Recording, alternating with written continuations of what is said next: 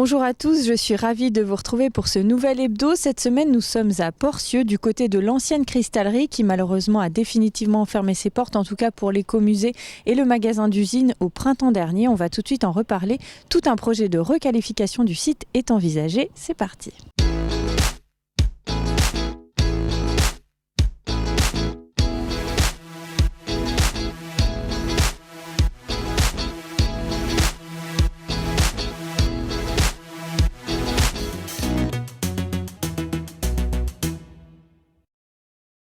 Nous sommes devant l'ancienne cristallerie de Porcieux. Je suis avec la maire de la commune, Christelle Paillard. Bonjour. Bonjour.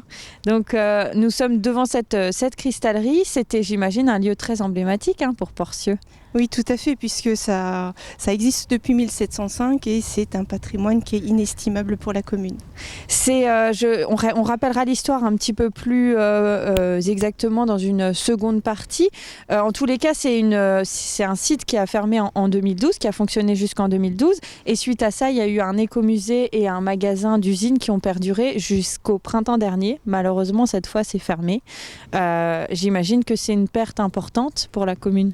C'est même une perte inestimable, puisque le patrimoine verrier n'existe plus aujourd'hui. C'est justement dans un projet que l'on évoquera plus tard, où l'on voudrait redonner un peu une image à la verrie. Donc c'est vrai que le site a fermé définitivement en avril dernier. Qu'est-ce qui s'est passé ? Il y a une liquidation judiciaire, ça appartenait à un groupe, c'est ça ? Alors tout à fait, ça appartenait à un groupe qui a été en liquidation en avril et à partir de là, avec le conseil municipal, on a décidé de racheter tous les actifs. Donc les actifs avaient été estimés par le liquidateur à près de 43 000 € et après d'âpres négociations, en fait, on a racheté les actifs pour 14 000 €. Les actifs, c'est-à-dire finalement tout ce qui est anciennes pièces de verrerie, c'est ça, et puis ce qui était dans l'écomusée aussi, c'est tout ça que vous avez racheté. On a les anciennes pièces de verrerie, on a les moules, on a les presses, on a les fours et on a donc tout ce qui avait été mis dans l'écomusée. Qu'est-ce qui s'est passé finalement pour en arriver à cette liquidation ? C'était plus forcément viable finalement comme formule ? Alors en 2012, la production s'est arrêtée et donc là on vivait en fait la société vivait sur les actifs qu'elle avait créés et produits. Donc à un moment donné, malheureusement, on ne peut plus. Si vous ne créez pas de pièces un peu nouvelles, les visiteurs ne viennent pas, les acheteurs ne viennent pas non plus. Est-ce qu'on peut dire que la crise du Covid a joué éventuellement un rôle aussi dans ces difficultés ? Ça a été fermé un certain temps ou c'est pas forcément le facteur ? Je pense que ça n'a pas aidé, mais ce n'est pas le facteur essentiel. Je ne crois pas. Il y a finalement aussi peut-être un projet derrière tout ça, en ayant racheté. On y reviendra un peu plus profondément en troisième partie, mais voilà, il y a une idée derrière, en tout cas de la part de la commune. En fait, il y a une idée de faire revivre ce patrimoine verrier. Donc on verra, il ne faut pas oublier que Porcieux, c'est une toute petite commune avec des tout petits moyens. Donc on va le faire avec ce que l'on va pouvoir, avec les personnes sur lesquelles on va pouvoir s'appuyer, comme l'agglomération, le département, la région, qui sont très intéressés par notre projet. On en reparle dans un instant de ce projet. On fait tout de suite une première pause dans cette émission et je vous propose de revenir quelques années en arrière où nous étions venus ici. L'écomusée était encore en place ainsi que la boutique. On redécouvre ça et on se retrouve juste après. À pied comme ça, quand vous passez la main, il n'y a pas de rebord. Il n'y a rien du tout. Et quand vous voyez le collage entre le pied et la jambe, ce qu'on appelle nous le contre-pied, on voit tout de suite par ça si c'est un verre qui est fabriqué à la main. C'est avec nostalgie que ces anciens verriers de la cristallerie de Porcieux inspectent le labeur de la belle époque. 1000 ouvriers travaillaient sur le site entre les deux guerres mondiales. Il n'en reste plus que 7 au moment de la fermeture en septembre 2012.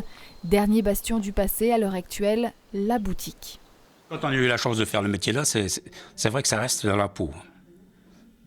Puis pour l'enlever... Non, mais c'est vrai que c'est... Ah, puis c'est un choix de vie aussi. Bon, je pense qu'on aurait tous pu aller à droite, à gauche. Puis bon, on est resté là parce que il y a la pression du feu. Et c'est plus qu'une nostalgie, c'est un ancien amour du métier. Voilà. C'est quelque chose qu'on a dans le sang, que nos parents nous ont transmis, puis qu'on a envie de retransmettre, mais hélas, on ne peut plus le faire. On peut juste montrer ce qu'on a fait. Tac. Jean-Pierre mime les gestes du passé, ceux qu'il a répétés durant 30 ans dans l'usine. Il fait des animations dans les maisons de retraite pour les personnes âgées et de jeunes enfants et continue à parler de sa passion en espérant que ce métier qu'il aime tant ne s'éteigne pas complètement. Si tout le monde pouvait donner 1 heure par-ci par-là de son temps, on pourrait peut-être essayer de sauver les meubles, pas sauver le métier, parce qu'on pourrait essayer de sauver quelque chose. Il faut vraiment que les gens se concentrent et puis se décident à venir sur Porcieux. Même juste voir, je veux dire, on ne demande pas des achats continuellement, mais je veux dire, qui viennent, qui parlent de Porcieux, qui disent que c'est toujours ouvert, qu'on existe. Il y a encore des collections Porcieux qui ont été fabriquées sur place. Il y a d'autres collections qui se présentent. Il y a un écomusée qui retrace pas mal d'activités qui ont été faites sur Porcieux. Ça peut aller que dans ce sens, se développer. C'est animé par cet espoir que Simone a accepté en 2012 de tenir le magasin. Elle crée alors l'écomusée avec des archives et tente par tous les moyens de faire vivre les lieux. On ne sait jamais ce que l'avenir nous réserve, mais je veux dire, si on ne garde pas cet espoir, on ne va pas loin. Donc on garde cet espoir, on a l'outil de travail qui est en fonction. Après, il faudra trouver peut-être des passionnés qui adhèrent et qui oseront développer une activité qui pourra se faire sur Porcieux. Tout est possible, donc, mais après, il faut aussi un certain nombre de moyens qu'actuellement on n'a pas. Réputée dans le monde, présente sur la table des restaurants étoilés et des vedettes comme Elton John, la collection colorée s'amenuise en attente peut-être un jour de nouveaux modèles. En hommage au talent des maîtres verriers, un rond-point avec ses statues sera inauguré à Porcieux en juin prochain. Nous nous retrouvons à la cristallerie de Porcieux quelques années plus tard après ce reportage. Je suis avec vous, Simone Martin, bonjour. Bonjour. Vous étiez la dernière salariée de cette cristallerie qui finalement a définitivement fermé ses portes au printemps dernier, voilà, en tout cas le magasin. 2020, voilà. on va dire. Ouais. Et j'aimerais avec vous qu'on revienne sur l'histoire de cette cristallerie, parce que vous qui êtes là depuis de nombreuses années, vous êtes assez bien placé pour en parler. On le disait, ça a ouvert en 1705 et au plus fort de l'activité ici, il y avait 1200 ouvriers, c'est ça? Oui, la plus haute activité, c'était dans les années 1900, où il y a eu entre 800 et 1000 ouvriers qui ont travaillé sur le site de la verrerie de Porcieux. Donc il y avait toute une activité dans la commune liée à cette cristallerie, j'imagine. Hein. Tout le village s'est construit autour du site de production et les habitants étaient à proximité de leur lieu de travail. Donc là, on est à côté des anciens fours. Est-ce que vous pouvez nous rappeler comment on fabriquait un verre? C'était quoi les différentes étapes finalement? Alors déjà pour ce four, il date de 1986. C'est le dernier four qui a été construit sur le site de Porcieux. Donc dans ce four, vous avez différentes cellules de production. Sur chaque cellule, vous avez une composition de verre. Donc pour faire un verre, il fallait, pour une place de verre, on va dire 7 personnes. Vous aviez le souffleur de paraison, je veux dire, le poseur de jambes et le poseur de pieds. À chaque poste, vous avez un cueilleur attitré. Donc ça vous fait 6 personnes. Et la 7e qui récupère le verre fini pour le mettre dans l'arche à cuisson qui est à côté. Donc tout un processus. On sortait des pièces de qualité en verre, en cristal. C'était des pièces renommées. Ils sont passés sur des grandes tables. Sur toutes les grandes tables, on avait toute une gamme de clients qui allaient relais château, relais gourmand. Et puis beaucoup de clientèle aussi à l'exportation. Il y a eu également, c'est passé sur la table d'un tsar notamment, c'est ça? Oui, ces dernières années, on avait un événement, c'était un grand mariage aux Émirats arabes. Et c'est vrai que là, on avait fait une fabrication spéciale de verres Ritz, juste pour l'événement de ce mariage. Donc c'était plusieurs milliers de verres dans différentes tailles. Et Elton John aussi. On avait fait une flûte à champagne qui a servi justement à un événement. À Elton John également pour un événement festif, je ne sais plus lequel exactement. Et c'était quoi les pièces emblématiques qui sortaient ici, qui font vraiment la renommée de la cristallerie Porcieux? Peut-être à une autre époque, pas forcément récente. L'atout primordial de Porcieux, c'était de réaliser des verres du cristal coloré, on va dire. Parce qu'on avait quand même du cristal coloré, on avait 14 couleurs différentes dans nos productions. Donc c'était énorme. Et on avait une qualité de cristal... on va dire magnifique. Et l'usine a fermé donc en 2012. Il restait à ce moment-là très très peu d'ouvriers. En 2012, il restait quoi? On était une petite équipe de 13 encore quand la production a été arrêtée. On l'a dit tout à l'heure, il y a ensuite eu un écomusée, un magasin d'usine que vous teniez notamment. Hein. Il fallait une petite activité, on va dire une petite animation pour combler le magasin. Donc j'avais mis en place ce musée qui, j'espère, retrouvera une petite activité avec les projets futurs qui pourront se faire sur le site. Voilà, c'était justement l'objet de ma dernière question. Hein. J'imagine que pour vous, c'était pas forcément évident de voir ces lieux fermés. Vous avez cet espoir-là, peut-être que ça revive un jour, même si vous personnellement, vous serez plus derrière les commandes, hein, peut-être. Il faut dire que c'était un mal pour un bien, parce que maintenant on va pouvoir repartir sur des bases saines, et puis repartir sur une activité autre, mais s'il faut que je vienne ou que j'aide, je serai toujours là de toute façon. Toujours là, on peut toujours compter sur vous, Simone. Tout à fait. Merci beaucoup d'avoir répondu à nos questions. On fait tout de suite une seconde pause dans cette émission. On reparlera du projet de requalification dans un instant. Et je vous propose de redécouvrir la verrerie au Chalumeau. C'était il y a quelques années à Plombières. Des artistes étaient présents. On regarde et on se retrouve juste après. Merci Simone. Je vous en prie.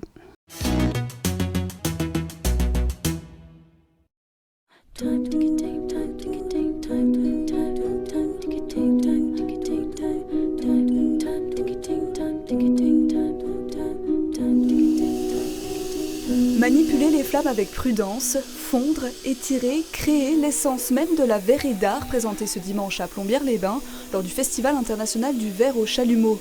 Plus d'une vingtaine d'artistes du monde entier tenaient à faire découvrir leur profession, encore peu connue du grand public mais qui se développe pourtant en France. Le meilleur moyen de montrer ce que c'est que la verrerie au Chalumeau, de faire découvrir au public le plus large possible, c'est de faire venir des verriers d'un petit peu partout, de leur montrer toutes différentes techniques, différentes applications de ce métier. Il y a 30 ans en arrière, on était une dizaine de verriers au Chalumeau en France à faire de l'artistique.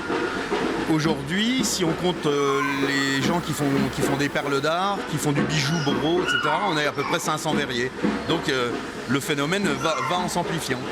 Un festival né d'une volonté des élèves de l'atelier école de verrerie d'art de Plombières qui a rencontré l'année dernière un succès inattendu, de quoi prolonger cette rencontre entre artistes et public lors de cette deuxième édition. La technique est rigoureuse, sous ses démonstrations impressionnantes se cachent souvent des années de travail.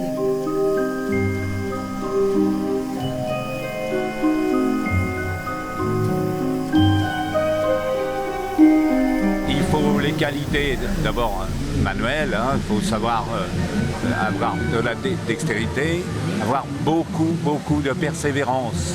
Et maintenant, il faut avoir quelques études, il faut quand même continuer un peu les études et apprendre le dessin. C'est essentiel. Et travailler, parce que c'est très long à apprendre. C'est fastidieux même. Passionnant, le festival aura encore rencontré cette année un joli succès. Je vous retrouve Christelle Paillard. Ici, on est vraiment à l'intérieur de cette cristallerie, ce qu'il en reste finalement. On l'a dit tout à l'heure, il y a tout un projet ici qui va être mené, un projet de requalification du site avec l'appui de l'établissement public foncier du Grand Est. Est-ce que vous pouvez nous en dire un peu plus ? Alors effectivement, donc, avec l'agglomération d'Épinal, on a demandé à l'EPFGE, donc l'établissement public foncier du Grand Est, de faire une étude de faisabilité pour essayer de voir si le projet que l'on a, que moi j'ai un peu surnommé la douce utopie, pourrait voir le jour. Ce projet aurait donc pour objectif de recréer en fait un espace de production. Donc on a certains verriers qui nous ont contactés, qui sont intéressés. On pourrait aussi avoir un espace de vente. On pourrait avoir un espace donc muséographique puisqu'on a donc l'écomusée, on a toutes les pièces de l'écomusée. On a aussi pour objectif de faire un espace culturel. Donc le PFGE va donc étudier et le premier comité de pilotage, en fait, le premier rendu avec l'équipe d'architectes qui a été retenue par le PFGE se réunit le 21 février. Donc le 21 février, on aura déjà un aperçu de savoir si notre douce utopie peut se concrétiser, voir le jour ou pas. Donc l'idée, ce serait que le PFGE rachète, puis vous rachèteriez à le PFGE.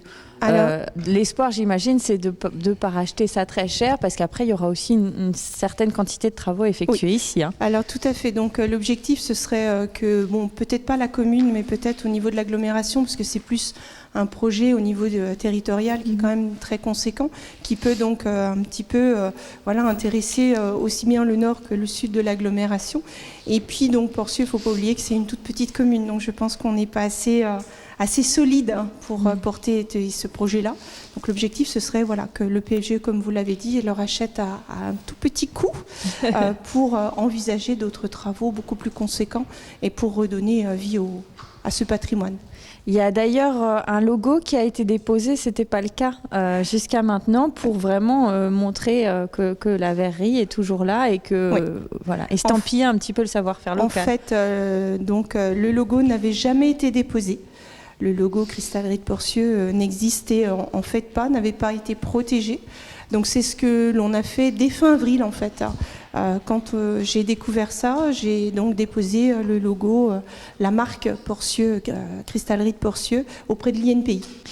Et c'est aussi pour ça finalement que vous avez racheté, on en parlait en première partie, toutes les dernières pièces qui étaient dans l'écomusée. L'idée c'est que tout retrouve sa place ici, tout à fait. Éventuellement plus tard. Hein. Voilà, oui. En fait, l'objectif c'est donc de recréer un espace de vie, un espace de production et un espace aussi de recherche quelque part intellectuelle pour recréer peut-être des objets ou des créations sur place. Donc oui, vous dites production, ça veut dire qu'on imagine revenir des verriers, alors peut-être pas à demeure, mais ponctuellement, ce serait l'idée. Alors on imagine plus des artistes et non pas une production industrielle. Là, c'est vraiment de l'utopie que d'imaginer ça aujourd'hui, mais des artistes verriers, oui, pourquoi pas. On a en plus tout ce qu'il faut, on a les moules, on a toutes les pièces qui pourraient donc être recréées, que l'on verra après. Il y a déjà une vraie volonté de la commune d'entretenir le patrimoine, ne serait-ce que par l'inauguration récente d'une grande sculpture. Il y en aura visiblement plusieurs. Oui. Là, c'était le cueilleur de verre. Et son four. Donc on arrive à Porcieux, on sait tout de suite ce qu'il en est. Alors tout à fait. Donc là, on a donc inauguré le cueilleur et son four.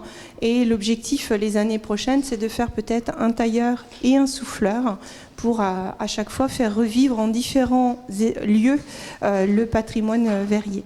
Et l'objectif, c'est aussi de travailler avec Vaugelis pour justement utiliser le négatif de cette sculpture pour le mettre sur un des bâtiments de Vaugelis. Voilà, on réutilise tout, on ne jette rien. Tout à fait. Merci beaucoup Christelle Paillard d'avoir répondu à nos questions. L'hebdo, c'est déjà terminé. On se retrouve la semaine prochaine. Merci de nous avoir suivis.